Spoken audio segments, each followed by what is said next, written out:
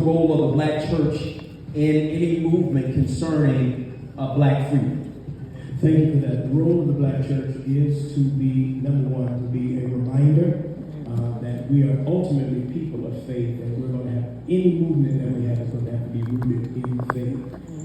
I would argue that the role of the black church is also to be at the center of the conversation, to pull community together. Anything still that we want to galvanize black people, we want to get black people together, we still need the church. We are a people of faith. We come from a people of faith.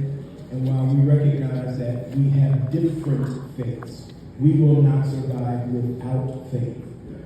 I would argue that some tenets of the last movement failed us because of the church not being in the center of that movement. Now, the fault of that could sit on both the community and the church, because at times the church has abdicated its responsibility of being involved in the affairs of our community, and there are a host of reasons as to why that is.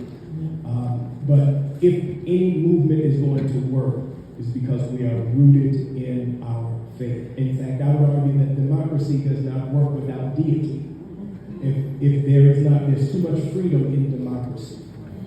And if you really want to argue and understand what DEI is, we talk about we have been created, we are the Imago Dei, IMAGO-DEI.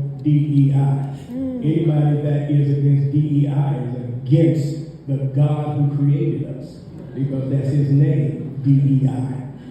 And I would argue that we cannot get done the work that we want in the community if the church is not involved. And the church has to rethink and unbuckle itself from white theology in order to fit the relevant black experience.